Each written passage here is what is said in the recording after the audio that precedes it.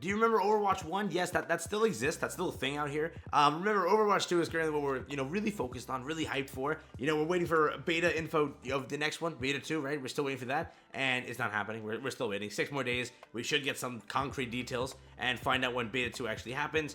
Before that, we have this. It's experimental patch notes for Overwatch 1, which basically, I'll give it to you in a 5-second summary. Yes, Overwatch 2 is coming to Overwatch 1, basically. That's what's happening.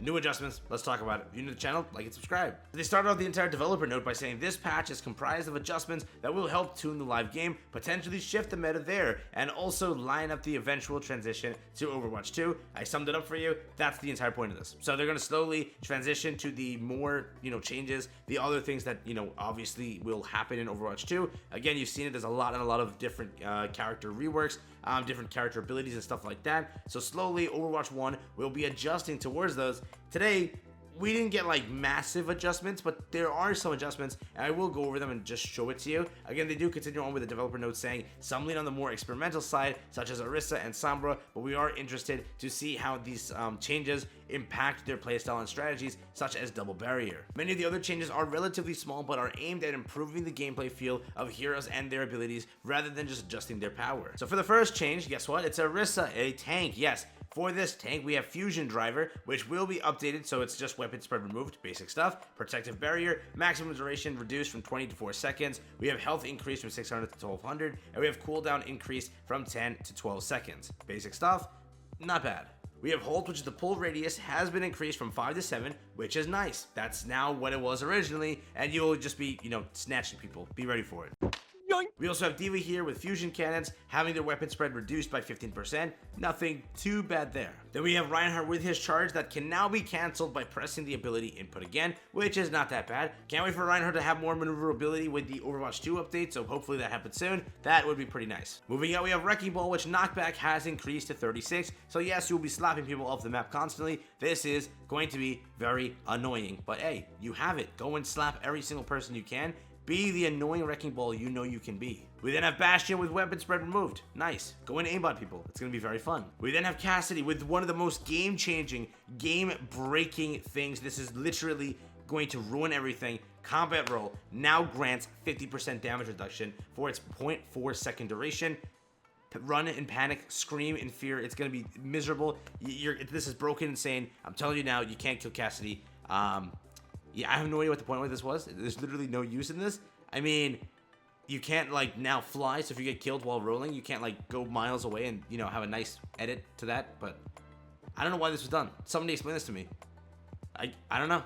It's turd. It was sarcasm. It's turd, by the way. Yeah. Thanks, Captain Obvious. We then have Sombra with Machine Pistol, damage increased from 8 to 9, which is pretty good. We have Hack also, cast time reduced from 0.65 to 0.5. The hack duration reduced from 5 to 3 seconds. The ultimate cost has been reduced by 15%. That is the entire kit over there that's changed. Again, one of the more bigger changes, I guess you can say. Not bad. We then have Doomfist, which is again a nice buff, which is great. Distance increased from 15 to 20 meters, which, I mean, if you needed another buff to Doomfist, why? I don't know, but there you go. We then have Farah, which is going to be a small change. Her reload now begins 0.3 seconds sooner when out of ammo.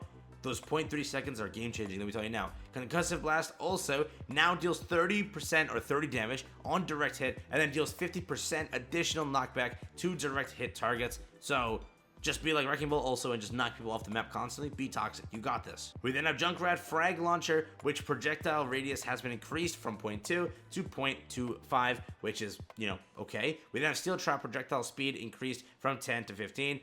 Have fun. We then have Torch Horn, which is Rivet Gun primary fire reduced, or recovery reduced from 0.6 to 0.55 seconds. We then have Rivet Gun secondary fire, recovery reduced from 0.8 to 0.7 seconds. Last but not least, one of the only changes for support, again, I'm telling you, Blizzard hates support at this rate, man. No new character.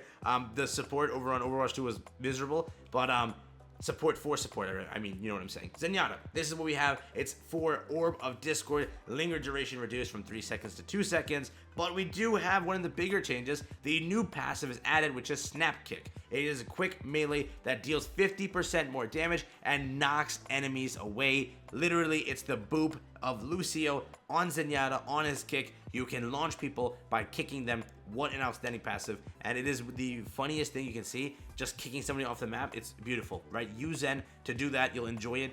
So yes, that's one of the bigger changes I would say out of this update. Again, Orisa too, with her shield getting completely shrunk down to 4 seconds, but being 1200, you know, health on it. Again, we'll see how these actually go and correlate to transferring over to Overwatch 2, because obviously at a point that has to happen. Is this just a slow way to do it? They're just going to start introducing more things to slowly cultivate that idea, and then finally, you know, as we have release dates and stuff in mind, then they start, you know, really moving forward on it and making bigger and bigger changes. But right now for this, we have this.